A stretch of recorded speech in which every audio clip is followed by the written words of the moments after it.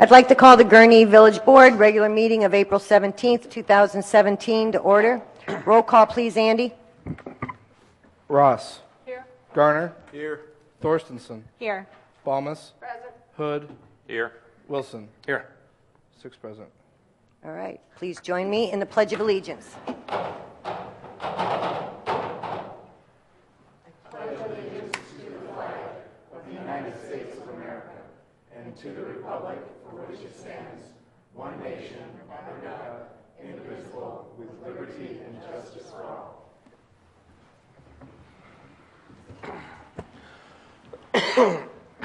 All right, welcome. Thank you, everyone, for attending tonight. First up is public comment.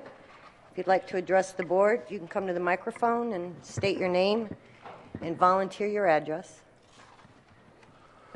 My name is Len Petrovic, 3712 Grove on the east side.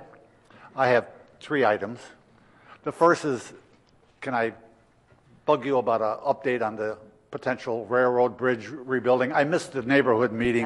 Are they on schedule? Are they? You can't see them doing anything. April 24th is the new date to start destruction, right? Okay, that hasn't changed. All right, they had originally told us April 10th, but now it looks like it's April 24th to start installing the temporary bridge. Okay. And then they'll tear out the existing bridge, and then they'll start building the new bridge, and then they'll take out the temporary bridge. They have to make the spur from the railroad tracks. Do they do that first, or the bridge first, the temporary bridge, or both at the same time? We have the plans, right? Oh, the okay. 600-page plans. All right. Another thing, a couple of months ago, I appraised you of a traffic problem in my neighborhood. People on the corner park their vehicles beyond their property line close to the road, and it's right on the corner. So when I stop at the stop sign and try to cross Belle Plaine off of on Grove, I can only see 50 feet down the road. And to actually see if the road is clear, I have to get out into the middle of the intersection. Twice I've almost been hit broadside. One of these days, maybe me, somebody's going to get hit, hurt bad, or worse. There's a truck parked there today, right now, before I came here. You can't see more than 50 feet past the intersection. I don't know what the law is, is there a rule of thumb? Should you be able to see at a reasonable distance down the road? Can you park beyond your lot line up into the edge of the road with a vehicle on a corner lot? You can, as long as it's I don't know. No parking. But we looked at that situation, didn't we? Yeah, we took a look at it, and from what I saw, you could see down the street clearly. Well, I couldn't today. Well, they're not there all the time. One day they're not, one day they're there right now. Yeah, I got a couple pictures from code enforcement that showed it. I'll have them follow up again with it. Take a look. Okay. All right. And my last thing is 1424 Magnolia, an apparent garage, automobile repair.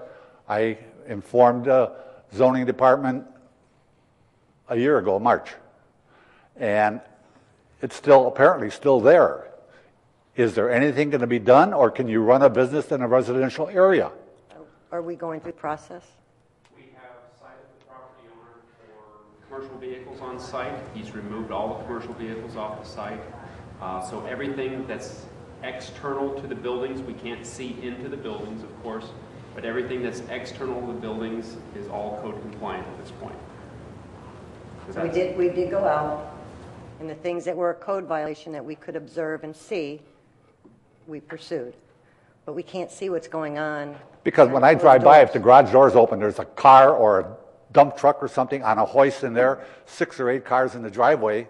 And then there's a Matco tool truck there, a salesman selling tools. They don't do that in residential areas. They don't do it in my house. And can they set up a surveillance camera in the right-of-way across the street? You can video what's... Not on a code enforcement. You don't have that kind of traffic in a residential area. Is that just forget about it? We can't set up a surveillance camera on a code enforcement issue, but we'll discuss it again. Yeah. Anyway, you know my concern. Thank you for listening. All right.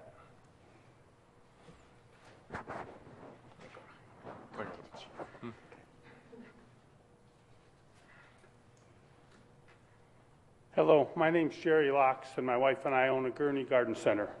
And this year will be our 45th year in business in Gurnee, and we're worried it may be our last. In 2009, when they did bridges at 41, our revenue went down 60%, and it still hasn't made it back. We are really worried about the railroad bridge construction, and we're just asking for any help the village can give us. I have a kind of a short list. The first thing would be, can you get them not to shut down Grand Avenue until after the first week of June? We do about 80% of our business in 6 weeks.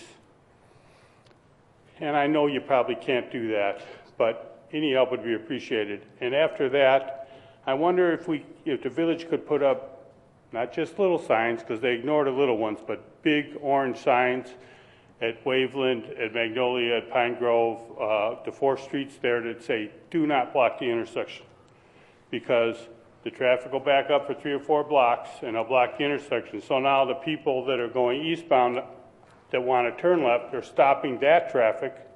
They can't get to me. They can't even go past and get to me if they block that intersection. And that'll just block up the traffic in both directions because there'll be no turn lanes probably. So I wonder if you could do that. I wonder if today I see the big construction signs up for Magnolia. You know, on the street north of me, people that want to go east that are clever will go to Grandview and go down to the light to turn east rather than try and turn left out of Waveland. And now there's big signs that say you can't go there and it's not a through street. Couldn't you start that on the north end of Magnolia? Or, you know, there's people that will see those signs, and today you can drive through the signs, but, you know, there's people that won't want to do it. And, you know, it seems like a little thing, you know, people could go down Washington Street to Green Bay and come back around to my shop. But they, you know, if 2009 is any indication, they just won't do it, or people, they come 5 times, will come 2 times. And I'm serious. I don't think we can survive 2 or 3 years of having, you know, that traffic problem where people can't get to my shop. And there's no way for people coming from the west to go around the north side either. I mean, Washington Street is the best, and I know it's only a couple miles, and I would do it, but people don't do it. No, and the state always intended to finish that project in over a long period of time just because of the complexity and the amount of infrastructure and coordinating with the railroad. So you are getting a double whammy. Do you have a website and a Facebook page and all of that? We do, and we're going to try and post stuff on there.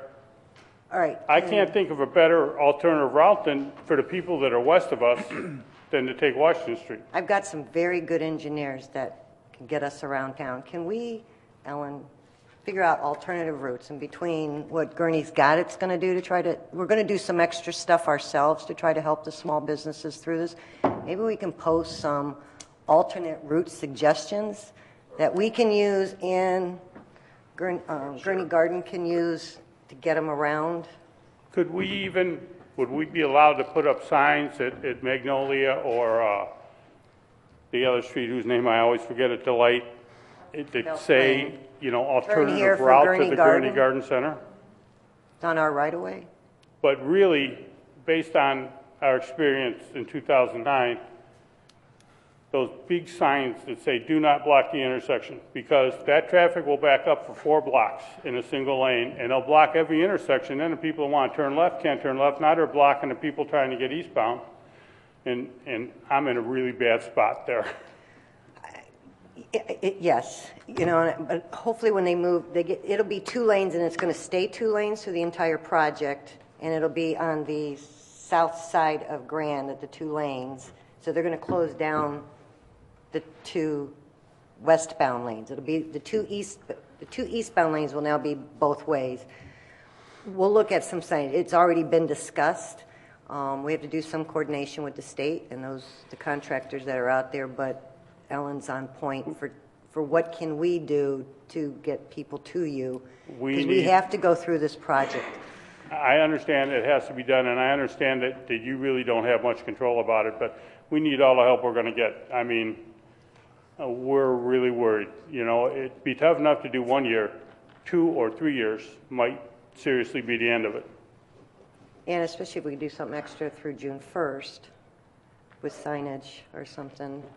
Staff's pretty good at finding routes, so we'll work on that, and whatever we can come up with, we'll use and we'll share with you and do the best we can with publicity and weekly newsletters and remind people it's a wonderful places to shop on the east side, and here's a better way to get there. Thank you. Okay.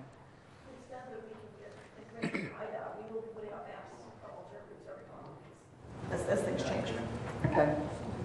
That's a good question. Trustee Ross wants to ask something. When does the garden center open?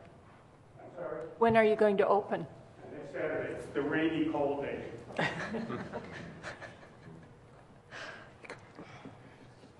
Things are not going right. Good evening. My name is Carl Mazer. I live at 5359 Balsam Court in Gurnee. I've lived here for 24 years and 1 month. Two concerns. One is as the weather's gotten warmer, and I've noticed more than one panhandler around. I've noticed that I'm not too far from the main entrance of Great America off of like Lawson and Grand Avenue, and then like say going to the Walmart the other day, Hunt Club, where you make the left-hand turn to go into the Walmart parking lot, and you know, traffic is tied up and the guy's in the street and he's got a chair out there and stuff. First of all, don't get me wrong. I was born and raised in Chicago. I had my business in Chicago for 9 years, right across the alley from the Pacific Garden Mission. So I realized that there's a homeless problem, and I've done my bit to support people that had nowhere else to turn. But this isn't Chicago, this is Gurnee, and what it does is turn people off from entering or going to business or, you know, going down Grand Avenue. They see somebody walking and excuse me, the light will turn red. They see somebody walking up and down the street, begging for money or whatever, and it's not a good impression for our community.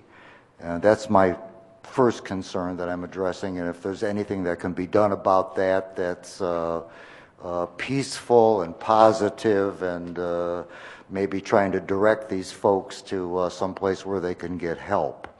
My other concern is, since I've lived here, I was a customer of the Avalon restaurant for quite some time, right on the corner of Grand and Milwaukee, and as you all know, they closed up, and it kind of falls in with the last gentleman and his concern for his business.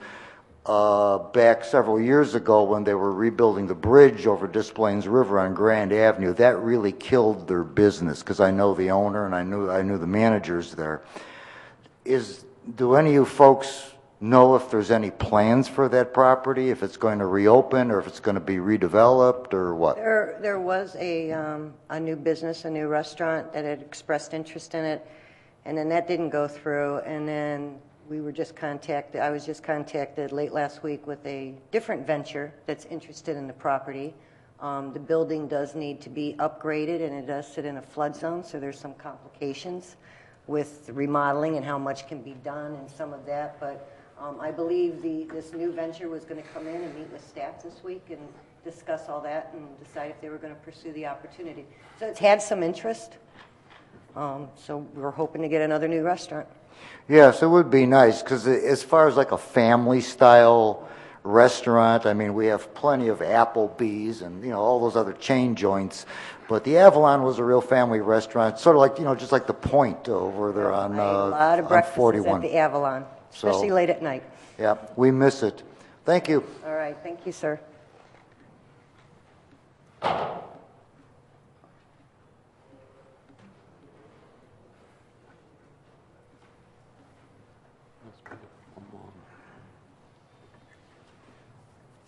Jerry Burkhart, 1638 Pine Tree Drive. About 4 or 5 years ago, a lot of our neighbors came here and discussed the property that's the new buildings are going up off of Dilly's. And our concern was the noise level from the air conditioners and all that stuff. Going behind those buildings, there's 39, 40 air conditioners that are behind the building, and that's going to be facing our house. Back then, we were promised that there was going to be a berm, and then a retention pond, and then the parking lot, and then the buildings. There's no berm. So what's going to be blocking the noise from all the air conditioners? At the property line, it goes down, straight down. It'd be kind of hard to plant bushes and trees and shrubs there. And that was all promised back then. I don't know how the plans got changed, but back then, that was the design. And now it's totally changed. And there's 39 or 40 air conditioning I'm units? hard of hearing. There's 39 or 40 air conditioning units sitting there to be installed now? Your first part, you said there was 39 or 40 air conditioners? They're building the same style of building that's on the other side off of Nations Drive. And you go behind those buildings. Oh, I got you. There's Okay. 39 air conditioners, 40 air conditioners behind those buildings. And now the new buildings, they're going to be facing our house. All right. The plans have not changed. Exactly how they were approved by the Plan Commission and approved by this board is what our staff will make sure it looks like as they go through the process. And they have to meet whatever in that PUD, it's a PUD, right? Whatever's in the PUD agreement that was agreed to, there's been no changes to it.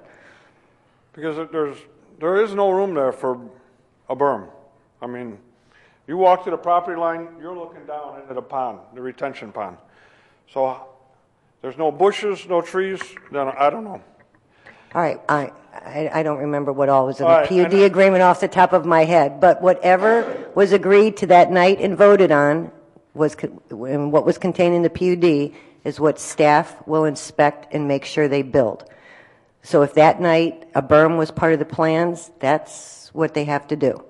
It may not be there yet, but they will not get an occupancy certificate unless they meet the terms of the PUD.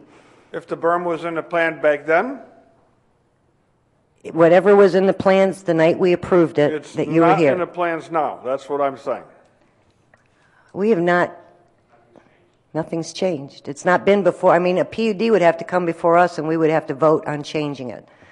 And they held off on starting construction for quite a while, but they haven't asked for any changes. They're building exactly what was approved a way back. I mean, it was quite a while ago. And my second issue is also the panhandlers. I drove around this weekend, and there was 6 panhandlers out. I mean, we used to see one, but you got 2 on 41 and Grand. You got 2 over on Hun Club going into Walmart, 1 going into the mall. The panhandling is getting out of control. So somehow something has to be done with the panhandlers. Okay. They're walking in the middle of the street, collecting money. It's getting crazy. I would encourage you to come to one of Chief Woodside's neighborhood watch meetings on Thursday, where he's spending a good 30 minutes to 45 minutes talking about our policies, our procedures, our processes. It is a police matter, and they are aware of who the individuals are, and when they're breaking the law, they pursue it, and when they're not breaking the law, they respect their rights. But the police are very cognizant. And we've had some property owners that have approached us, and we work with the property owners too when they object. Okay. Thank you.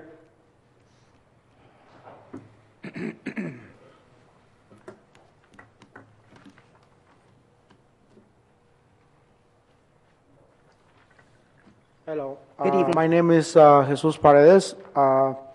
I live in 1626 Pine Tree Drive, and basically it's kind of about the same issues with my neighbor. He's saying about in the beginning when they have the plan, there was just saying they're making a big mound with trees and bushes, and I not really can see that the way they digging. So we just see why they changing or the updates. Basically, are the same. It's not changed. If you want to give our clerk your email information, someone from Community Development can email you the final PUD and what was included in it and what was approved that night, just to refresh everybody's memories. Because I haven't seen it. And I know staff is inspecting and will make sure it's done according to the PUD, but if you'd like to read it, to see what was approved that night? What was the first meeting that we have? We're talking about probably like at least 9 years ago, or it was quite a while ago. Yes. I know there was way 10 years ago, 9 years ago, whatever. This is a long time ago, and my wife and I, we come in and get the new update and the plan, and I know some of my neighbors have the original plan that was probably same from the beginning, and I think there are some changes, but I really don't have anything right now to really say, All right. But we really see it the way my neighbors say is right away, way down to the hill, the pound. All right. Well, again, we're more than happy to share the PUD with you if you give your contact information to Andy.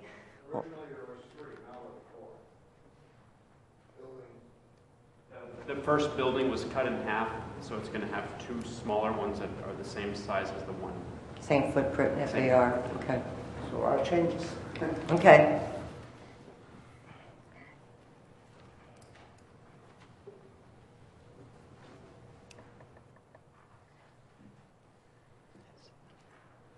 All right. If there's, okay.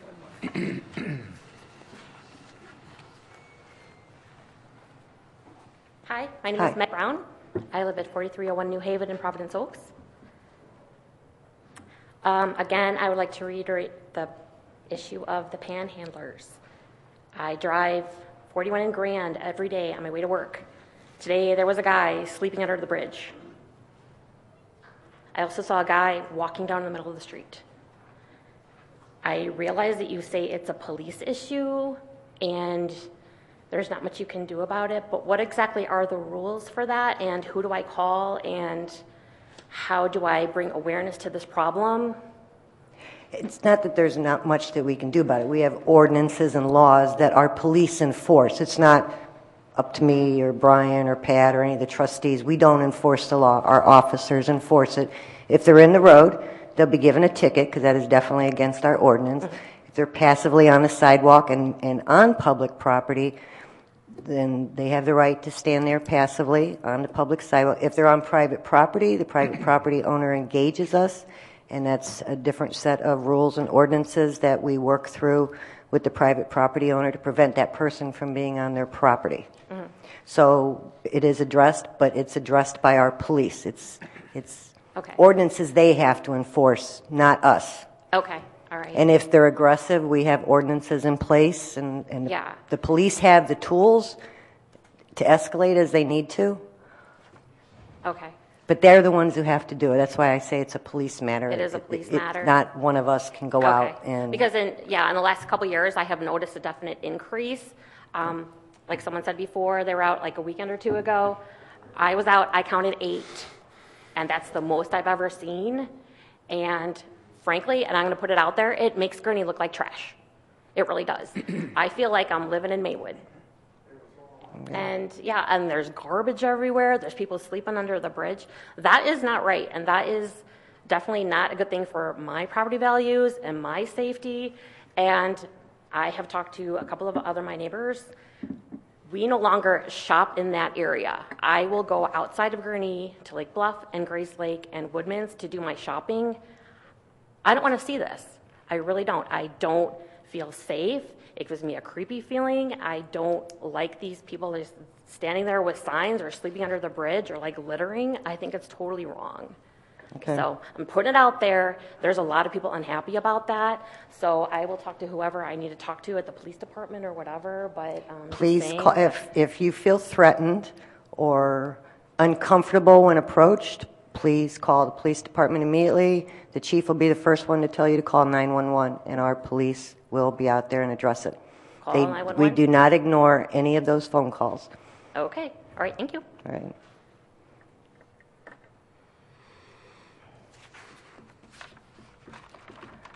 All right, if there's no other public comment, then I'm going to move on to the consent agenda with one change. We're pulling item number 5 from the consent agenda.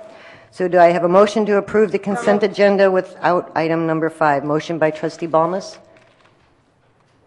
Second. Second by trustee Thorstensen. Roll call, please, Andy. Ross. Aye. Garner. Aye. Thorstensen. Yes. Balmas. Aye. Hood. Yes. Wilson. Aye. 6 aye. All right, motion carries. Patrick, please read the consent agenda into the record. Item number 1, approval of the minutes from the April 3rd, 2017 public hearing and village board meeting. Item number 2, approval of annual performance bonus of 6.2% for the village administrator. Item number 3, approval of ordinance 2017-18, authorizing execution of a new employment contract with the village administrator. Item number 4, approval of ordinance 2017-19, amending the Third Amendment to Hotel Tax Revenue Sharing Agreement. Item number 6, approval of awarding the fiscal years 2018 through 2020 sidewalk mudjacking project to the low bidder, Atlas Concrete Lifting, at a fiscal year unit cost of $2.35 per square foot. Item number 7, approval of request to dispose of certain police department documents as authorized by the State of Illinois Local Records Commission. Item number 8, approval of police officer Derek Kay's request to participate in the village's tuition assistance program in pursuit of a master's degree in public administration from the University of Illinois Springfield. Item number 9, approval of payroll for period ending April 1st, 2017 in the amount of $749,081.72. Item number 10, approval of payroll transfer journal for period ending April 1st, 2017 in the amount of $738,822.12. Item number 11, approval of bills for period ending April 17, 2017 in the amount of $1,706,583.11. Thank you, Patrick. Do I have a motion to approve the consent agenda as read into the record? Motion by trustee Garner, second by trustee Ross. Roll call, please, Andy. Ross. Aye. Garner. Aye. Thorstensen. Yes. Balmas. Aye. Hood. Yes. Wilson. Aye. 6 aye. All right, move on to petitions and communications. The first is approval of a proclamation designating April 28, 2017 as Arbor Day in the village of Gurnee. In 1872, J. Sterling Morton proposed to the Nebraska Board of Agriculture that a special date be set aside for the planting of trees. And this holiday, called Arbor Day, was first observed with the planting of more than 1 million trees in Nebraska. And 2017 is the 145th anniversary of the holiday, and Arbor Day is now observed throughout the nation and the world. And trees are an environmentally responsible way to reduce the erosion of topsoil by wind and water, cut heating and cooling costs, moderate the temperature, clean the air, produce oxygen, and provide habitat for wildlife. And trees are a renewable resource, giving us paper, wood for our homes, fuel for our fires, and countless other wood products. And trees in our village increase property values, enhance the economic vitality of business areas, and beautify our community. And the village of Gurnee continues to receive recognition as a Tree City USA by the National Arbor Day Foundation. Now therefore I, Christina Kovarik, Mayor of Gurnee, do hereby proclaim April 28, 2017 to be Arbor Day in the village of Gurnee, and hereby urge all citizens to celebrate and support efforts to protect our trees and woodlands. Do I have a motion to approve? So moved. Motion by trustee Balmas, second by trustee Garner. All in favor say aye. Aye. Opposed? All right, it's Arbor Day, April 28th. We don't have any other petitions and communications, but we don't have anything scheduled for this committee of the whole for this April, 4th April. So if no one objects, we will So moved. Second. call for cancellation. Motion by trustee Balmas, second by trustee Hood. Do I have to do a roll call? Or just all in favor? Aye. Opposed? All right, so we won't have a committee of the whole meeting this month. Our next meeting will be May 1st. All right, we're going to move on to reports. And the first one is from Brian on how we're doing for the third quarter of this fiscal year. All right, thank you, Mayor. Included in the material was a third quarter report. This is for information through January 31st, 2017. We've been talking quite a bit about finances lately with the budget process for over the last 3 months, so I'll keep this report brief. I know everybody's upset, but we'll keep this one short here. So before we get into the numbers, just a quick review where we're at in the process. Looking at fiscal year 15-16, that has been done. The CAFR was presented in October, but I just wanted to give an update. The village received in February the GFOA CAFR award for that year, so that is officially in the books. This is the third quarter report for fiscal year 17. We'll do a fourth quarter report sometime in July. And for fiscal year 17-18, long-term plans in the budget are complete. That first quarterly report will come out shortly after that. Looking at cash and investments, finished the quarter at just over $31.1 million. General fund makes up about 68% of that, water and sewer fund 21%, and the capital fund 2%, with the other funds making up the remainder. 39% of all cash on hand was held in money market accounts, primarily at Illinois funds. 28% in checking accounts at the village's banking services provider, First Midwest, and then 33% in short-term fixed income investments. As of the report date, some of the balances are typically lower than you would see. That's because the debt service was paid, the pension payments were paid out, and then the timing of capital projects being paid out late in the year last year. So the third quarter will typically have a smaller checking account balance. Typically you'll see this a third in those three categories there. Versus the 91-day T-bill, 0.62%. The village's portfolio is earning a weighted average of 0.88%. So we continue to outperform that benchmark. Depending on the speed of interest rate hikes, you may see that come together, or that gap narrow a little bit. Looking at major revenues in the general fund, these revenues account for 75% of all revenues. They finished the quarter with a positive variance of 1.29%, or about $279,000 versus budget. But more importantly than that, 0.87%, or about $191,000 behind last year. So we talked during the budget process about seeing a flattening in major revenues. We did see that, obviously, with the third quarter numbers. Sales taxes are ahead of budget by about 0.76%, or $98,000. But only 0.09%, or $11,500 versus last year as of January 31st. Now, with the data available to date, we do know how sales taxes will end the year. We do project them to end the year 1.16%, or about $150,000 ahead of budget, but only 0.26%, or $34,000 ahead of last year. So again, during the budget process, when we talked about seeing some flattening in major revenues, you see that apparent, and you'll see that with the fourth quarter report as well. Just to put that in perspective a little bit, between fiscal year 2011 and 2015, sales tax averaged a little over 3.5% increase annually. Over the last 2 years, we've seen it actually an average, a negative of 0.14%. So some hopefully looking up in as far as sales tax goes over the next coming years here. Income taxes are tracking well behind budget, and last year villages, we used the IML estimate, and they have lowered their estimate. We actually take a little bit off of their estimate because they tend to overshoot their estimate, but we do project this to finish the year about 6% under budget. Use taxes continue to outperform both budget and last year. As you know, more and more online retailers are starting to voluntarily collect taxes, sales taxes on internet transactions, and we're seeing that impact. I expect this to finish the year about 7.35% ahead of budget, so some strong performance there. Telecommunication taxes, we've seen this happening for a little while here. We expect another 5% drop since fiscal year 13. The impact of that is about $300,000 annually in that drop in telecommunications tax. So from the amusement park standpoint, finished the season just under last year, but right in line with budget. Under the amusement tax umbrella, we are seeing some strong numbers from the movie theaters, so new seating experience that they put in place over there is doing really well. Food and beverage receipts continue to be another strong point.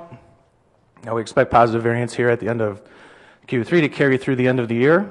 Hotel taxes down about 4.3% from last year and almost 4% versus budget. Based on data through today, we expect this to finish about 6.5% off the budget. Building permits, again, strong here. We expect these variances to carry through the end of the year as well, but it is important to note that at least a portion of these are non-recurring and based on development here, so not something we want to rely on for operations long term. Looking at the general fund in particular, no real surprises here. 75% of the way through the year, revenues are at 78.37%. Expenditures are at 76.5% of budget. A couple variances I'll note on the revenue side, other than what we've already talked about. Really timing issues here. Taxes categories ahead of budget due to the timing of the road and bridge tax, which was collected in the second quarter. Licenses and permits. Timing issues here with the issuance of liquor licenses, which come in primarily in February. Business licenses are pretty well captured in this report. Charges for services are up due to additional plan reviews, some one-time payment for tower leases, and then off-duty police charges and ambulance fees. On the expenditure side of the general fund, again, almost primarily all timing differences here. You see a slight variance over budget here in salaries and wages. That's because of the 2-3 payroll months we've already had in through the third quarter here. Employee benefits, this is primarily timing of the work comp premium. Contractual category, seasonal public works contracts like mosquito abatement, tree removal, stuff like that is already 100% out of the budget here. And then the insurance category is overdue the timing of that premium payment as well. Water and sewer fund, again, 75% of the way through the year. Revenues are at 85.84%. Expenditures 73.99. Licenses and permits here, we had 142,000 of connection fees we didn't anticipate. Charges for service are up 83.71% versus the budget at 3/4 of the way through the year. And this is due to increased water sales. We've seen some really strong water sales through January, overall up about 5%. We do see that drop off a little bit in the later months here, and we'll talk more about that during the fourth quarter report, but we do expect it to finish the year about 3% up, water usage. So that's good news for the water fund. Accordingly, fines and forfeitures are tracking this along with water sales. On the expenditure side, many of the same timing issues as the general fund, not much more to note here. Premium payments, work comp, those payments are included in here at 100%, so everything else is either at or under budget in the water side. Moving on to police and fire pensions. Pension investments on the police side at an average portfolio balance of $40.28 million. Fund had investment income through the third quarter of $1.2 million. Gives us an annualized rate of return of 4.26%. Also, 12-month rolling average of 5.35. Then I had collected some data for another project, so I included it in here. 36-month rolling annualized return of 5.13. Gives you a little longer-term view of what the police and fire are doing. I know during the quarterly reports we do an annualized return. It's a snapshot in time, and we see some pretty large variances there between police and fire. So I think I'll show that 3-year rolling average there to show how it evens out over time. On the fire side, average portfolio $30.28 million. Fund had investment income through the third quarter of just over $2 million. Annualized return here at 9.14. 12-month rolling average of 11.47, and then you see the 36-month rolling there of 5.22. So you can see the 36-month rolling average on both sides are very, very close when you look at it over a little longer term. And that concludes the presentation. I'm happy to answer any questions. There's information on all the other funds included in the report. I just hit general fund and water and sewer fund, the two main operating funds tonight. But happy to answer any questions. Thank you, Brian. Excellent. Thank you for putting in the rolling averages for me. Questions from the trustees? All right. It's about where we expect it to be. If not, then I'm going to move on to, we don't have any other reports, right? No. All right. No old business? Correct. All right, then we're going to move on to new business. First item is approval of ordinance 2017-20, granting a special use permit pursuant to the Gurnee zoning ordinance for 1319 North Hunt Club Road. Sure. I will give the 10,000-foot overview, and then Dave Zig, our Community Development Director, is here, and then I know also the petitioner has some representatives here tonight. Village Church of Gurnee is requesting a special use permit related to the installation of a new sign on his property along Hunt Club Road. What they're looking for is for the new monument sign to be 25% larger than allowed by right. This property is subject to an annexation agreement, which includes regulations related to the ground sign. Under the current annexation agreement, they're allowed up to 80 square feet. They're looking for 96 square feet. The sign is approximately 6'7" tall by 12 feet 2 inches wide, and would use the existing brick base that's currently out there on the site that the current sign sits on. Also incorporated in the sign will be a second panel below the main panel that would be interchangeable for messages. Currently, they use temporary banners that they put up. This would be in replace of those going forward. Ideally, they would like an electronic message board, but they know the village's feelings on that, so this was their compromise on. With regards to that, they were before the Planning and Zoning Board on March 15th for a minor sign exception for the height, which the Planning and Zoning Board approved. That minor exception does not need a village board sign off, but the special use permit does. They are forwarding a unanimous favorable recommendation on the special use permit. They had one request that the address be listed on the sign itself. They made that change, and that was included in your packet. So there are renderings in the back of your packet, along with the dimensions of the sign, etc. As I said, if there's any detailed questions, staff can't answer them. I'm sure the petitioner can. Welcome. All right, questions from the trustees? Probably one that's not applicable to the sign, but what's the new logo? Does it have any symbolism or just because?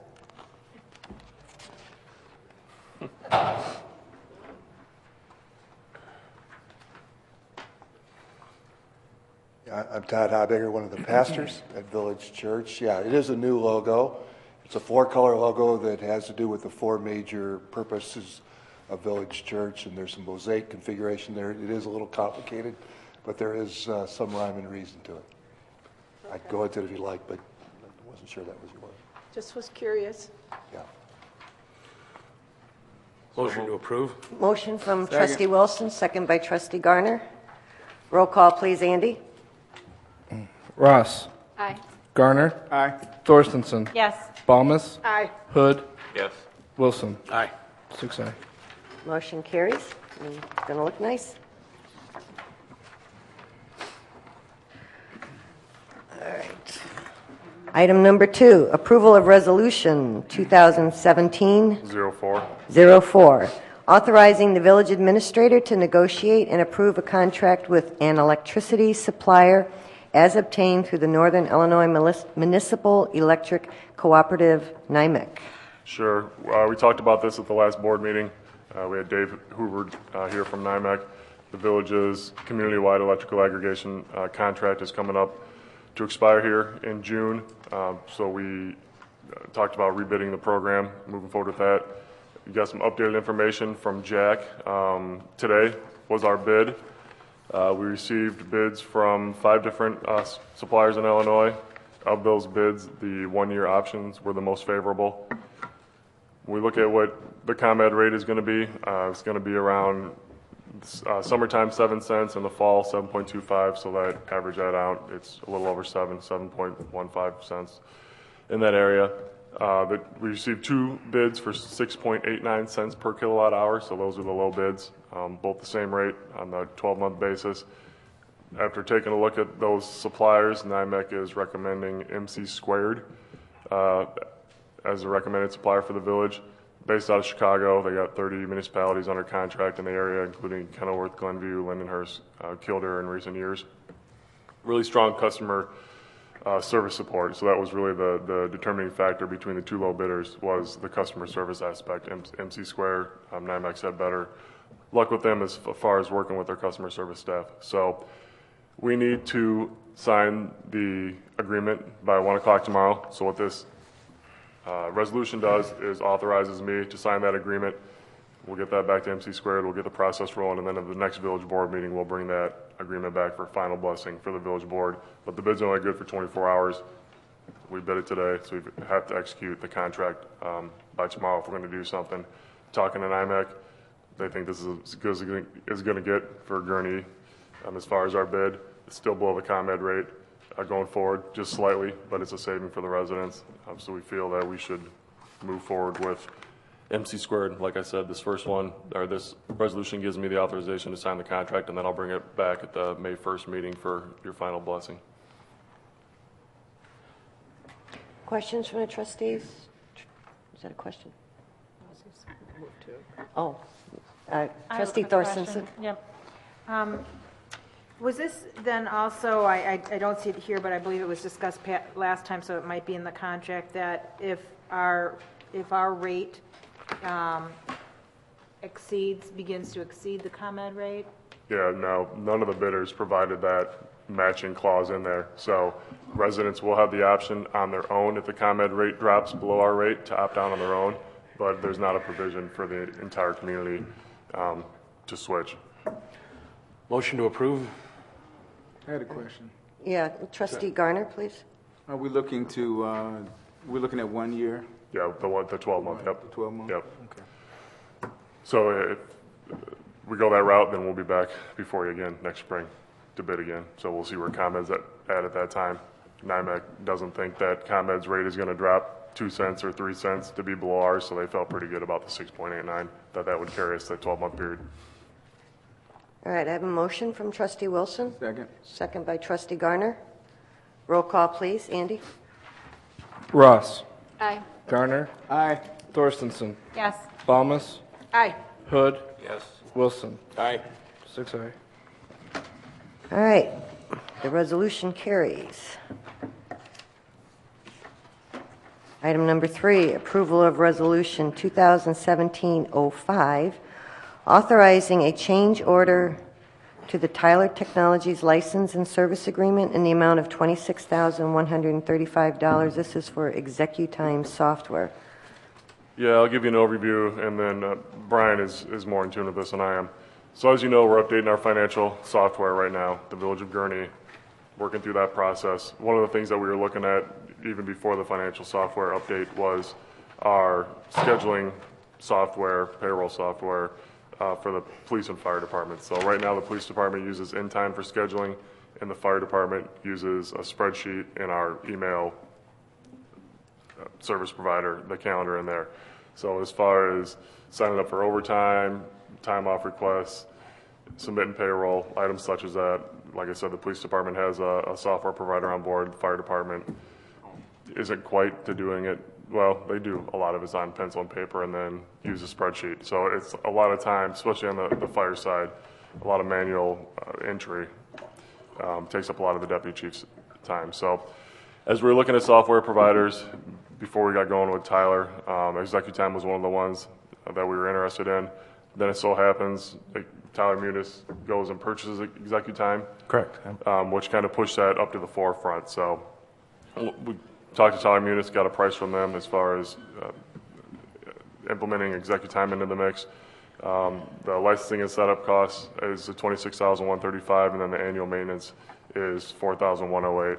So point of comparison, the police department, their annual maintenance for InTime is about just over $6,400 right now, $6,500. So we did include funding in the fiscal year 17-18 budget in anticipation of transitioning to a new software, so the money is there. Just looking for approval for this change order. Like I said, I mean, it gets both police and fire using the same scheduling software. Fire department doesn't have any right now. And by going to ExecuTime with Tyler Munis, purchasing them, it integrates seamlessly with the rest of the financial software, whereas if we went with a different software provider, then you're going to have enter it in that financial or that payroll software, scheduling software, and then have to re-enter it into the Tyler Munis system, so you still would be doing double duty. So any specific questions? Brian is the point person on this, Brian and Christine. So I think that covered it pretty well. I think we have an opportunity to streamline some processes here that we didn't see when we first started the implementation. Tyler is working right now on the integration between ExecuTime and our financial software Munis. Should be rolled out sometime early next year. So the approval of the change order tonight gets us kind of in the queue for implementation and training and things like that.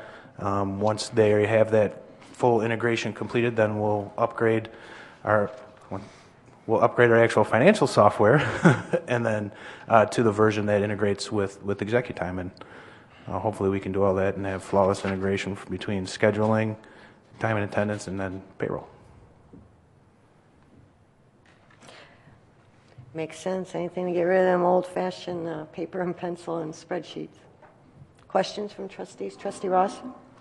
I just have a question about privacy, and the way it's worded here, it says that employees can electronically get notified and sign up for overtime.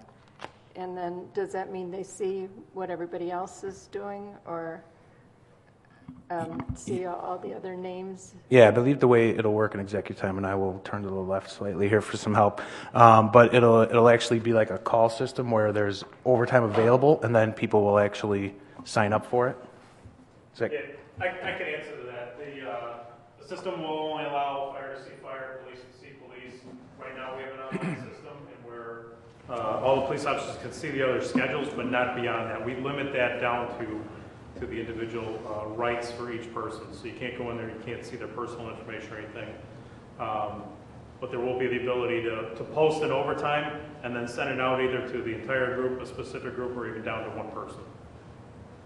So they can choose who they work with? They can see who's signed up for that time, and then if they can look at it and say whether they want to do overtime on that time or not with those people, rather than the supervisor being in charge of that?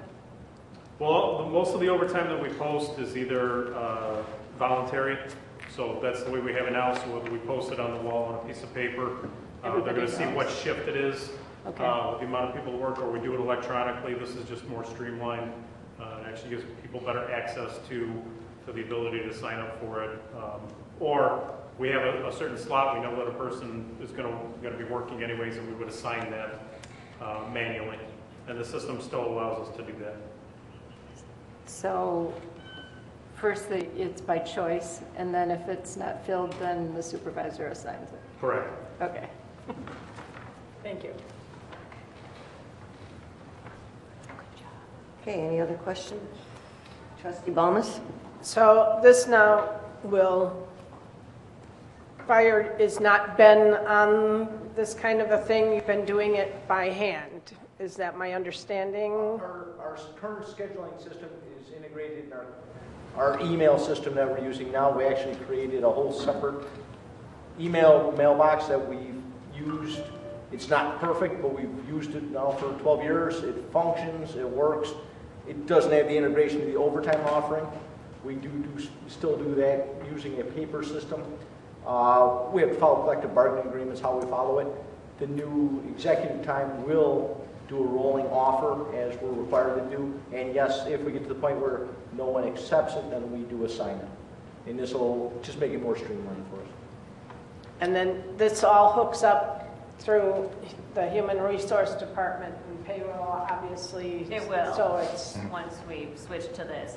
Our systems don't currently do that, so they're kind of housed within their own scheduling, and then from scheduling, our payroll processor within the department has to enter all that information by hand, basically. So, there's a little bit higher error rate than what we would like to see, just given the human interaction with trying to keep up with all the different types of pay and work schedules. So this will help bridge that gap and electronically drop it in, and then it's more just verifying that the information is correct versus having to enter all the time. So that will streamline for you as well as for... Oh, streamline for the department secretaries that do the time entry as well, and on my end, like payroll processing with our processors. But it really will save the departments more time and be more efficient at that level. And it's a better way to document everything also then for you, or that doesn't really change anything for the departments or for... Yeah, I mean, they're still recording the time, whether it's on paper or in the system, so it's just, there's one less step of having to take that paper and put it in the system. It's just in once and it slides over. Okay, thank you. Motion to approve? Second. Motion by Trustee Thorstensen, second by Trustee Ross. Roll call, please, Andy. Ross. Aye. Garner. Aye. Thorstensen. Yes. Balmas. Aye. Hood. Yes. Wilson. Aye. 6 aye. Motion carries. Item number 4, approval of awarding the 2017 MFT Street Maintenance Program to the low bidder, Payne and Dolan, at $2,604,472.60. Sure. Engineering department went out to bid on this April 6th. They opened 3 bids that were submitted. Bids range from $2.6 million to $2.78 million. The engineer's estimate was $2.92 million, so it came in a little under staff's estimate. Low bidder was Payne and Dolan. We worked with them in the past. They had the 2015 MFT street resurfacing program. Do good work, have good people on site. The program this summer has 3.7 miles of streets to be resurfaced, along with some pavement patching. So you had a detailed memo from Dave DePino, one of our engineers, as far as the streets and then the limits on the streets. When you look at the PCI, the Pavement Condition Index, that's how we rate the streets. For the 2017 program, we're resurfacing 0.8 miles that are rated as failed and 2.9 miles that are rated as poor. So the 3.7 miles where the streets are all poor or failed condition. So some of those problem streets out there getting those knocked down. So as I said, Payne and Dolan had the 2015 program, low bidder this year. Staff is comfortable with them and recommending that we move forward with them. Questions from the trustees? Do I have a motion to approve? So moved. Motion by trustee Garner, Second. second by trustee Hood. Roll call, please, Andy. Ross. Aye. Garner. Aye. Thorstensen. Yes. Balmus. Aye. Hood. Yes. Wilson. Aye. 6 aye. Motion carries. Item number 5, approval of request from Fire Department to waive bidding requirements and utilize the AGAC by ambulance contract number AM10-16 to purchase a road rescue ambulance, including Stryker Power Load patient lift system from Fire Service, Inc. at a cost of $227,033. Sure. The 17-18 approved budget has purchase of a new ambulance in it. Typically, when we purchase a new piece of equipment, we retire the old one. The department is requesting to actually keep the old ambulance as a reserve unit. So we'll be going from 4 ambulances to 5 ambulances. When one of the other main ambulances is down, they'll bring that reserve unit in. So we'll always have 4 ambulances. We'll never go down to 3. We have worked with HGAC by in the past. It's a purchasing cooperative that's spec'd out the equipment, beat up the vendors on it, so they've got very good pricing. I've purchased a couple pieces of equipment through that program. Looking to move forward with the ambulance through them. The vendor is Fire Service, Inc., again, a vendor that we've worked with, and we have multiple pieces of equipment from Fire Service, Inc., including the new ladder truck is the most recent piece of equipment we've purchased from them. The contract with the purchasing cooperative allows a 15% change in the approved base specification. So we're going to take advantage of that and have the power load patient lifting system installed. So that's where the stretcher hooks on, lifts it up. So the firefighters don't have that strain on their backs and shoulders. All of our ambulances have been equipped with that. It's greatly reduced those injuries, workers' comp injuries, from the lifting and the turning to the backs and the shoulders. So requesting to go have that add-on, so that brings the total price to $227,033.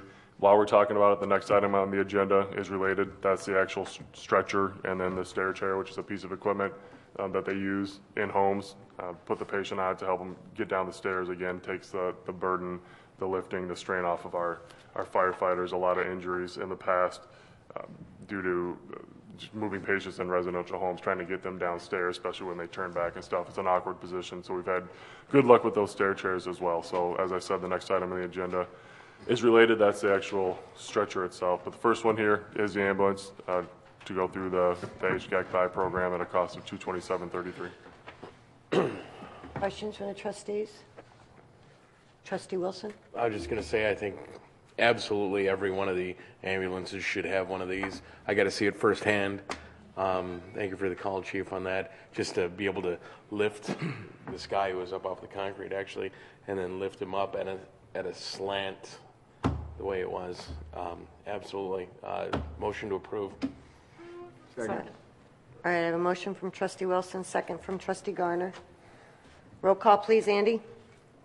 Ross. Aye. Garner. Aye. Thorstensen. Yes. Balmus. Aye. Hood. Yes. Wilson. Aye. 6 Motion carries.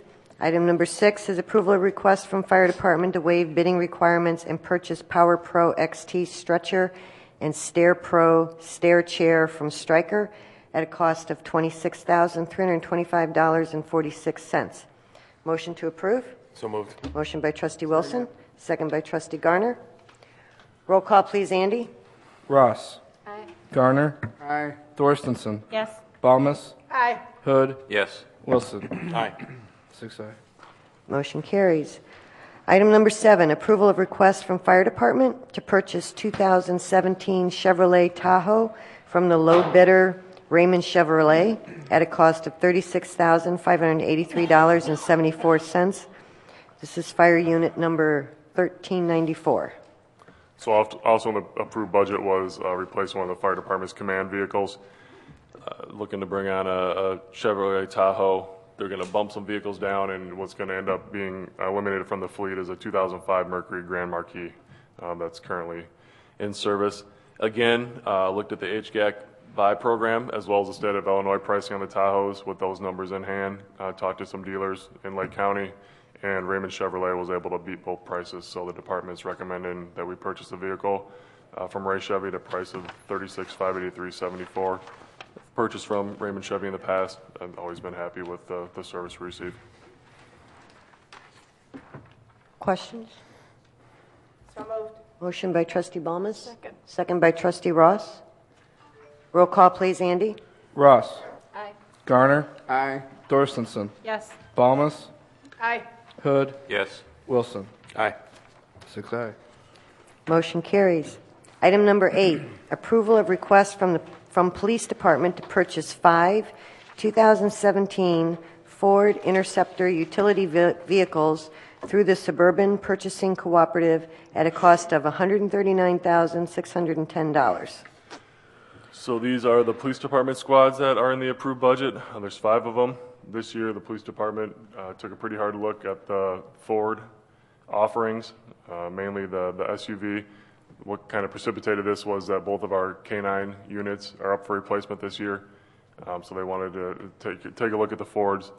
Not as tall as the Tahoes, have better climate control for the K9s in the back, and still low enough that when the dog jumps out of the car, it's not too rough on their bodies. So also we have some smaller officers in the fleet that have expressed concerns about just the size of the Tahoes. So when we looked at the Fords, we also looked at the sedans. The police department has had really good luck with the SUVs, more rugged vehicle, a little bit higher up. And the price difference when fully outfitted between the Ford sedan and the Ford SUV was about $3,000, which is still $7,000 cheaper than a fully outfitted Tahoe. So with that being said, the police department is looking to purchase the Ford Interceptor utility vehicles this budget year. Worked with the fleet administrator on it. He's perfectly comfortable with his division's ability to service those vehicles. And as such, the police department is recommending to move forward through the Suburban Purchasing Cooperative at a cost of $139,610 for the 5 vehicles. We had $235 in the budget, so the remainder of that will be used to outfit the vehicles. So, Questions from trustees? Trustee Garner. So we're stepping down 5 vehicles. Did I hear you say that? Yeah. The 5? Yep. And so we're only getting rid of 1. Are we getting rid of the other 4? Well, fire department's getting rid of 1, so all 5 of ours will either be pushed down to other departments and they'll roll a vehicle out, or they'll go to auction. So as far as the police department fleet, their overall size of their fleet is not increasing. We're not increasing the overall size of the village fleet for these purchases right here. So if they're buying 5, we're getting rid of 5. Getting rid of 5. Yep. Okay. And the 5 that we're getting rid of, I noticed we didn't have. Normally we get the mileage and the condition and report. Yeah, Craig's not here. How old are these vehicles? You know off the top of your head what you're getting rid of? Are they Tahoes or what vehicles are they? 2 of them are Impalas. Okay. The K9 units. They were evaluated by the same criteria you're talking about, age, mileage, and the cost to repair. So they're pre-SUV? Pre-SUV? No, 3 of them are probably what the earlier Tahoes that we bought, because last year when we stepped down vehicles, a couple of those Tahoes have rolled to David in the community development department. So as Kevin said, 2 are Impalas, those are the 2 K9 units, and then I'm sure the other 3 are older Tahoes that will either replace David's Tahoes, they're older but newer than what David has because he's got the first Tahoes that we had, or they'll be sent to auction. Okay. So. Make a motion. Motion by trustee Garner. Second. Second by trustee Thorstensen. Roll call, please, Andy. Ross. Aye. Garner. Aye. Thorstensen. Yes. Balmas. Aye. Hood. Yes. Wilson. Aye. 6-0. Motion carries. Item number 9, approval of request from Police Department to award Communications Center electrical upgrade project to the low bidder, Kelso Burnett Company, at a cost of $40,990. Sure. This is one of those things when you touch one thing, then there's other things to work on as well. So this was anticipated, as you know, a couple meetings back. We approved the reconfiguration of the communications center, so adding some new positions, reconfiguring the furniture. Along with that, there's electrical modifications that need to be made. Had a list of those, electrical floor boxes to accommodate the new workstations, installing a breaker and circuit to accommodate a reheat in the communications room so they can control their own temperature separate to the radio room. Make changes and install some new track lighting, new circuits, new receptacles, some work related to the uninterrupted power supply systems as well, and then doors and security pads. So there's a decent amount of work that needs to be done. Police Department reached out and received 3 quotes for this work. Kelso Burnett was a low bidder at $40,990. As you know, they're working with J.J. Henderson, kind of serve as a middleman as they make improvements over there. J.J. Henderson was perfectly fine working with Kelso Burnett. We've worked with them before. They've worked with them before, always had good luck. So there was appropriate funding in the budget for this. So they're looking to move forward at the $40,990. They're over there working on the furniture right now, so this is something they need to get working on while everything's torn apart to get the electrical moved and upgraded as needed to get everything put back together. So. Quite a spread between the bids.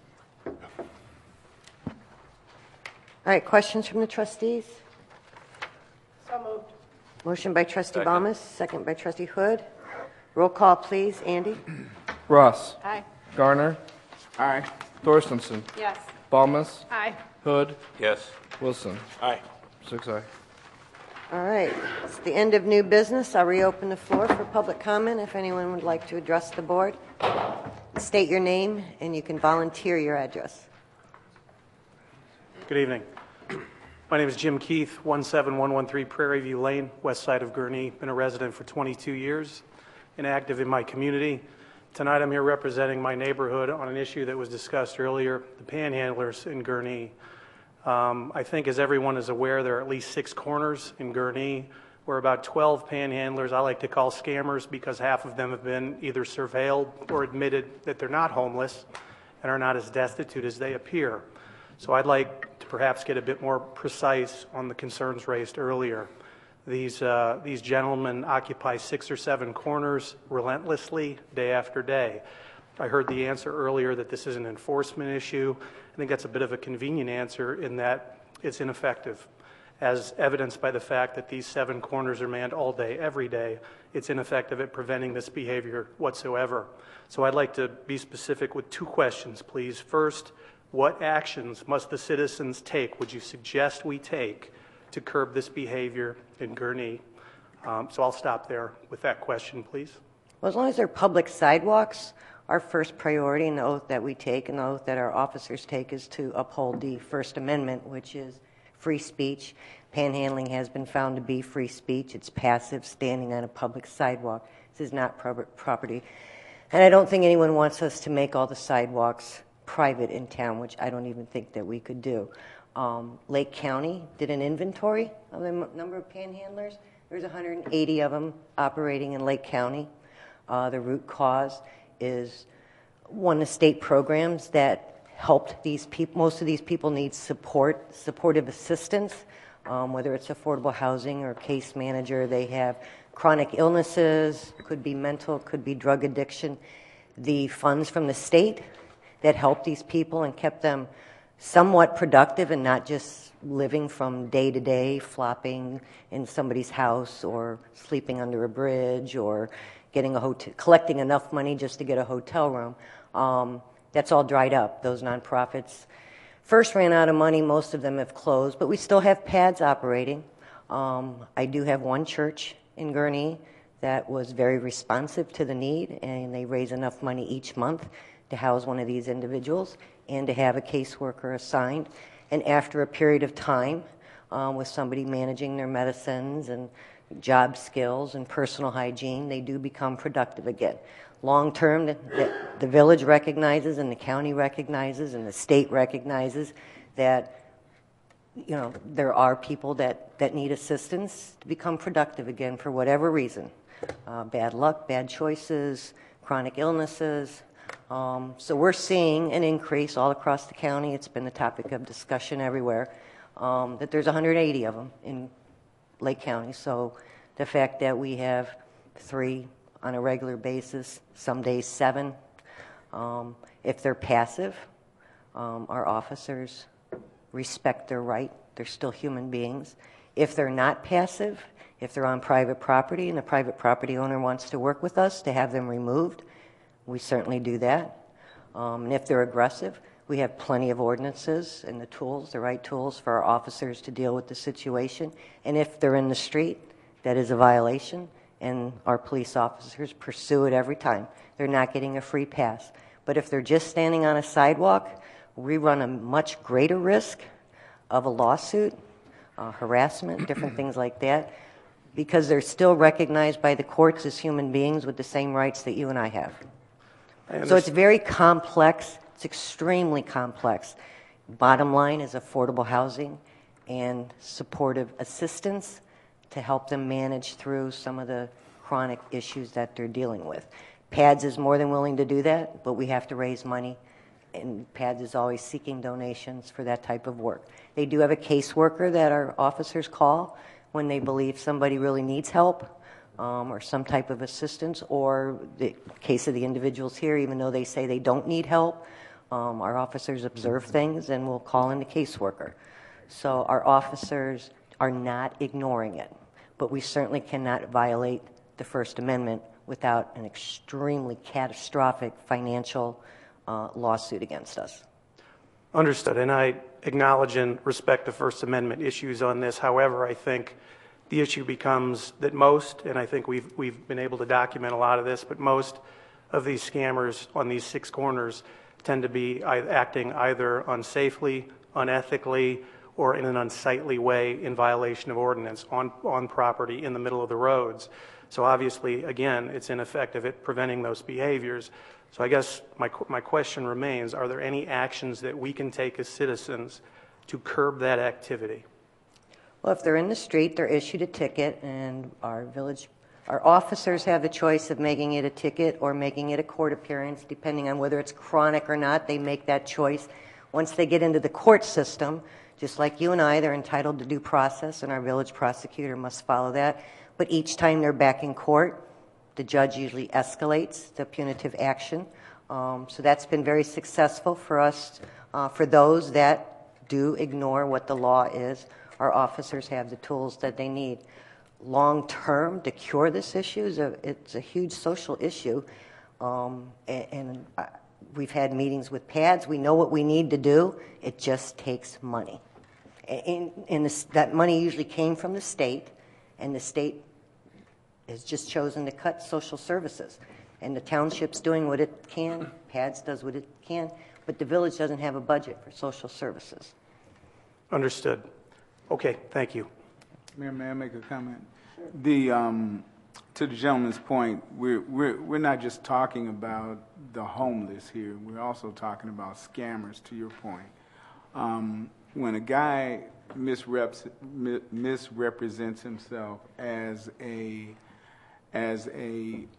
veteran, a homeless vet, and he is not, at what point do we as a municipality protect the public, the resident, the taxpayer, against being scammed by these scam artists And as Chief Woodside would tell you, it's not a me scam finish, when let there's me no finish. exchange of goods or Let services. me finish. Because at that point, you have people taking advantage of the residents, the taxpayer, the people, our constituents, the people we represent. We spend a lot of time, protecting people, and I'm all for it. If you're homeless and you're needy, I'm all for it. I've given myself. But what I am against is these young guys out there, clean cut, expensive backpacks and such, who claim to be homeless veterans, who clearly are taking advantage of the public. I'm against that. And, when we talk about this very complicated issue, to your point, I agree, our job is to also protect, the residents whom we represent, our constituents. I don't hear us talk about that at all, and I think that it's time, and that's what the complaint, I believe, is. That's what the real complaint is about. And I understand that there's a possibility of being sued and all of that, but at the same time, when we identify these people and we find out that their sign says one thing and they're not that, then I think something should be done about that. There's no charge, and we've pursued the fraud. If you willingly give somebody money, no matter what they tell you, there's no exchange of goods or services, so it's no scam, no fraud. We have pursued that.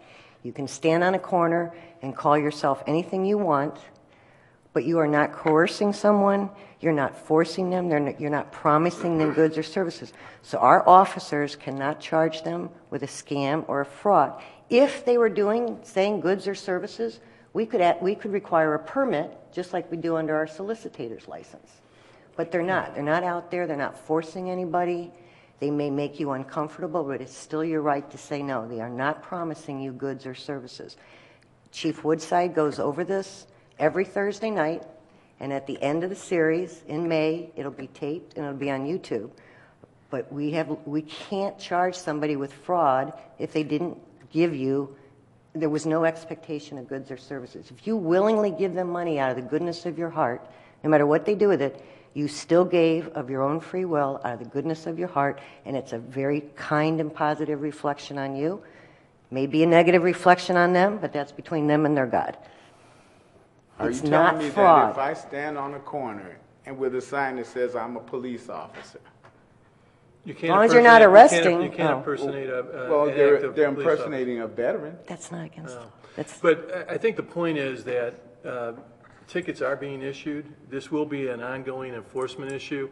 And if you do see this, where they're in the street, the public right of way, and they're interfering, the approach that we encourage is to call the police, because they will come out and investigate. They will issue a ticket. There's always this issue about, circumstantial evidence may or may not work, but if the officer sees it, then that's a strong case. And those cases are being brought. It may take some time. People are going to have to be patient. Sometimes these defendants will go to court several times, and it is a process. But we do believe that this is an approach that will ultimately be successful. We know other communities are facing that. We recently made an amendment to clarify our local ordinance on this. So hopefully we are optimistic that the court will make an impression on some of these folks that are really causing traffic concerns. And Grand Avenue is certainly going to be an issue with the construction. I believe those sidewalks are going to be closed. So that may abate some of the issues out there, because if the sidewalk's closed and people can't stand there with signs, they can't be using those sidewalks, because it's going to be a construction site and there will be a public safety issue if someone's attempting to stand in an area that's prohibited. Yeah. Two quick final comments. First, I do understand that it may not necessarily be illegal to scam the public. These people are no different than those who call the elderly and prey on them via telephone. It's the same tactic, but used in person. And so I am empathetic to folks who are truly needy. However, most of these folks are scammers. So it's unfortunate for me as a 22-year resident of this community to see what's happening, that we're becoming a sanctuary city for scammers on at least 6 corners. So I would hope that the ineffective enforcement, no offense to the police, they do a great job, but it's ineffective at preventing the scamming behavior on 6 corners. I would hope that we could do something to change that. We do have sufficient video evidence, I believe, photo evidence. A lot of us residents have spoken personally with these gentlemen who have admitted they're not homeless, although they have homeless signs, et cetera. So I think, again, it's unfortunate that we enable this behavior and don't put an end to it. Thanks. All right, thank you. I have one other question. In an attempt to educate the public, is there a way to inform them that to beware of scammers, scam panhandlers? Would that be within our rights to do? I don't think we've never encouraged anybody to give money. We've always said, No, if but you want to public- donate no. money, give it to PADS. They can help my 10 point is people to- with your $5 versus 1 with a Band-Aid. My point is to make the public aware that the people who are in our, that we have many scammers in our No, we can't community. accuse somebody of a crime they didn't actually Well, commit. we don't have to name them. We can say that you know, we have a panhandling issue in our community, and many of them are simply scammers. So beware. I mean, we can advertise that, I would think. Other municipalities have put up signs that say exactly what you did, Mayor, in terms of it's better to give to local charities than it is to these people. It's a Band-Aid, not a long-term fix. And one of the plans that I brought forward was a plan out of Fort Wayne, Indiana, and that was real change, not spare change. There's examples of those signs that we could post all over the nation. All right, thank you. Gentlemen, sir. Good evening. My name is Gregory Holbutt. I live at 588 North Greenleaf Street on the east side of Gurnee. I'm going to jump on the bandwagon of beating the dead horse in the room, I suppose. Panhandling and the panhandlers that occupy our sidewalks that my child uses to ride his bicycle along with myself and my wife. What is the course of action when we are on the sidewalk and there's a panhandler in our way, and we have to either go around them towards onto the roadway or the median of the roadway, the side median, or onto the grass around them? At what point is it more protective of the panhandler who's here to take advantage of the good nature of our residents of Gurnee, or to protect the tax-paying residents of our village? A public sidewalk can be used by anybody. We cannot pick and choose who's allowed to stand on it. If they're blocking your way and they don't move, that's aggressive behavior. Call 911 and our police will enforce the laws. We have ordinances on the books to prevent aggressive behavior. And someone blocking you and not letting you pass is aggressive behavior. Okay. Second, there are other towns and cities throughout our country.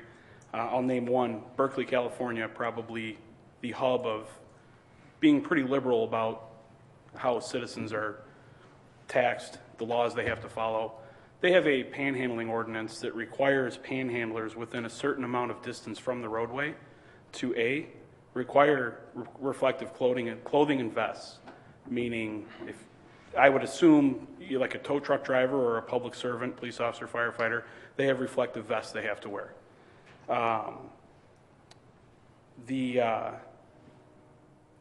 I'm sorry.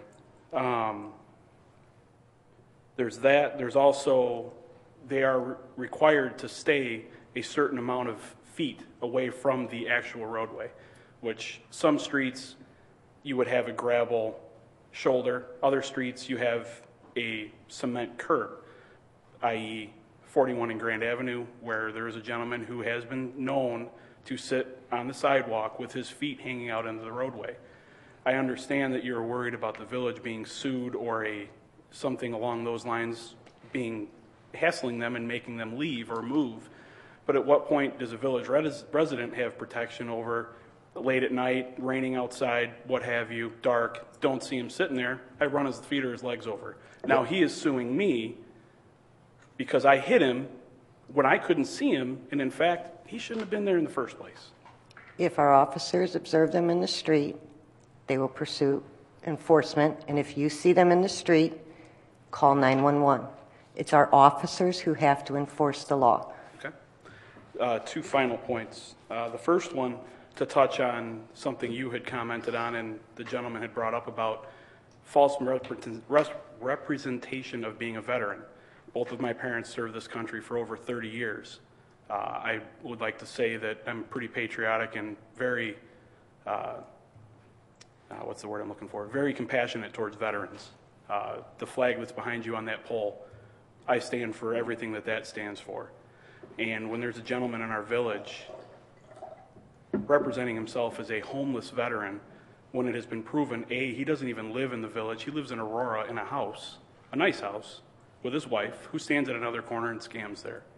They travel here every day to our village because the ordinances here are so lax that they can get away with it. I would like to bring to your attention the federal law passed in 2013 by the United States Congress. It's called the Stolen Valor Act. The law amended the federal criminal code to make it a federal offense for a person to fraudulently claim having been a veteran or receiving a valor award specified in the act with the intention of obtaining money, property, or other benefit by convincing another that he or she served. I would think that that would be a pretty good way to deter somebody who is preying upon the good nature and the patriotism of our American citizens, and more importantly, your Gurnee residents who pay taxes, to deter them from doing what they're doing here. I take major offense to that. Do we enforce federal, or do we have to call? Chief Woodside? Yeah, I'm familiar with that law, and that pertains to obtaining federal benefits through misrepresenting I thought so. service. And I will... Yeah, we do have a special number dedicated straight to the VA that when our officers engage one of these individuals and they say they're a veteran, they can get them help immediately if they need it. And this gentleman was offered that assistance, and throughout questioning with the VA and confirming that he is in fact not a veteran, nor has he ever applied with the VA because he does not meet the requirements to get their benefits. So if he applies fraudulently, he'll be charged under that statute that you... So what about him fraudulently claiming he's a veteran when he's in That's direct... not how the statutes When he's in apply. direct... Let me finish, ma'am. When he is in direct disobedience of a federal law, is this Gurnee taxpayers have to abide by federal law, but a panhandler in Gurnee does not? That law applies when he applies for VA benefits, not standing. I would suggest, with all due respect, that you brush up on the act that I am bringing to light. I don't need to. My police chief has. With all due respect, sir, and I do appreciate all of the work you gentlemen do and women do in this village. I've actually signed a few complaints and tickets for panhandlers that I've photographed in the street. Friday night, I was almost rear-ended at 41 in Grand.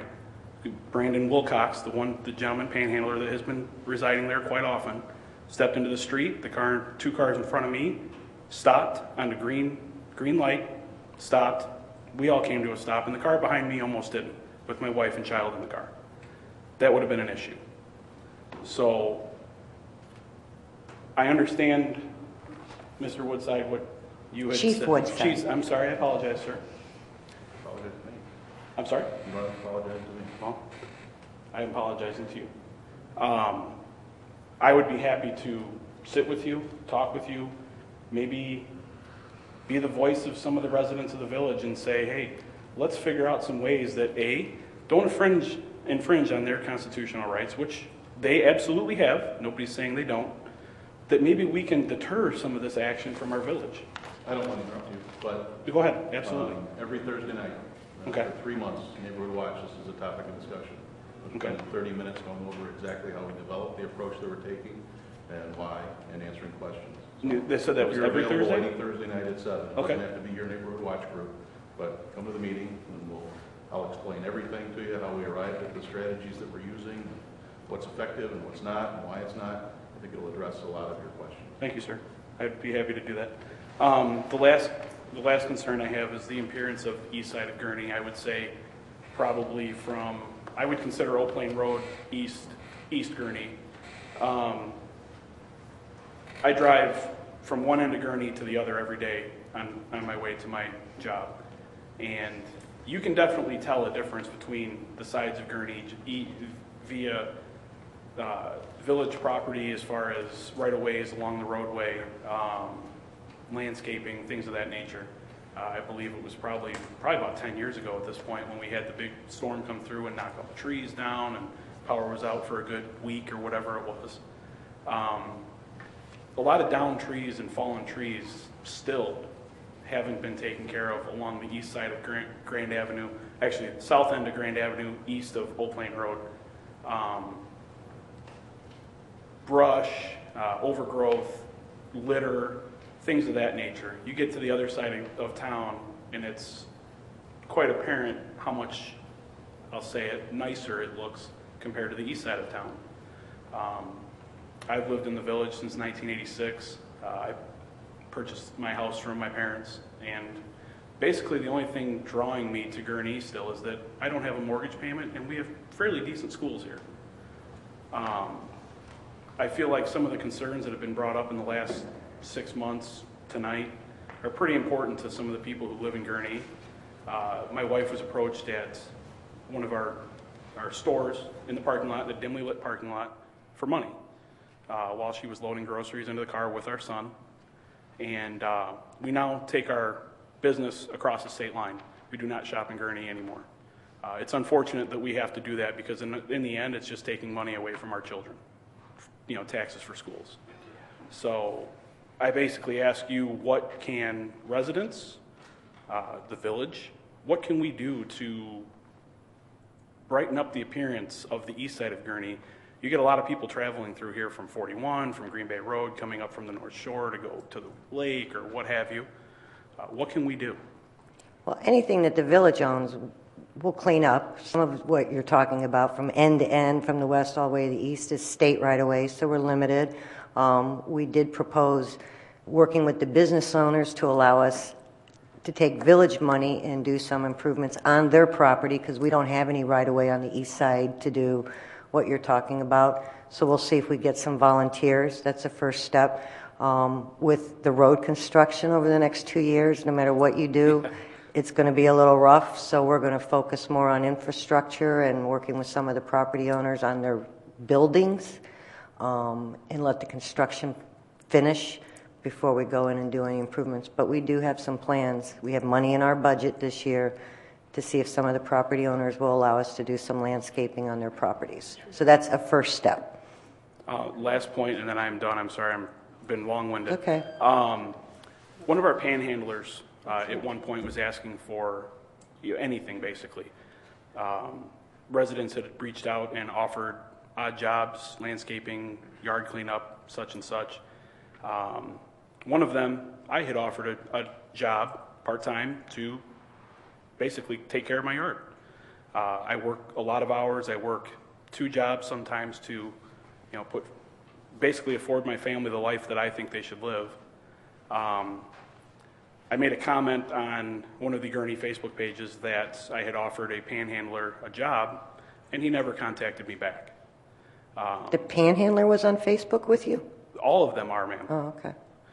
I received a message about 30 minutes later from one of the panhandlers who, as of today, was still out there on our village streets, full of profanity, vulgar remarks. I actually sent your Facebook page a message a week and a half ago and received no response. To me personally? To Mayor Kvorak for Gurnee Mayor Facebook page. What's your last name? Hurlbutt. I answer anything on my page. I answer usually within 30 minutes. So I would basically like to know who I'm supposed to contact at that point when it's a little more aggressive than just. Well, yeah, and that's a 911 call. I know I had somebody call this afternoon about the gentleman that was walking down the middle of the street. Thankfully, my admin immediately called over to the police station because by the time I get my messages, it's evening. Sure, I understand you. So that was good. But usually, if you sent me a Facebook message, I mean, I get them all the time. I can't imagine why. I can show you from my phone after the meeting if you'd like. That's fine, yeah. I mean, it's a very public page. Sure. I mean, I have a private page, but I assume you didn't send it to that. I just felt a little put off as a village resident that I get that kind of a message from a panhandler and get absolutely no response. Well, I don't know what Facebook's rules are on profanity. They do seem to be a little looser, but, you know, again, anyone who is aggressive to you for any reason, you call the police and make a police report. Because even if the police can't charge them right then, it's in our database and it starts building a case. So then when it gets to the point where we actually can charge them with something, we have 8 months worth of reports of things that led up to that. Sure. So our police really, really, really want you to call. And if you had sent me a message, I probably would have immediately, which I do all the time, taken a picture of it and sent it on to our chief, even if it's the weekend, and said, I received this on Facebook, please handle it. So, I mean, people do that all the time. Okay. But it's usually faster just to call the police. That's what I told this lady this afternoon. I enjoy talking to her, but it's really much faster to call the police department directly than my office. But I'm happy to talk to anybody. Okay. All right. Thank you. All right. Any other public comment? All right. Do I have a motion to adjourn? So moved. All right. Second. Motion by Trustee Ballmer, second by Trustee Ross. All in favor say aye. Aye.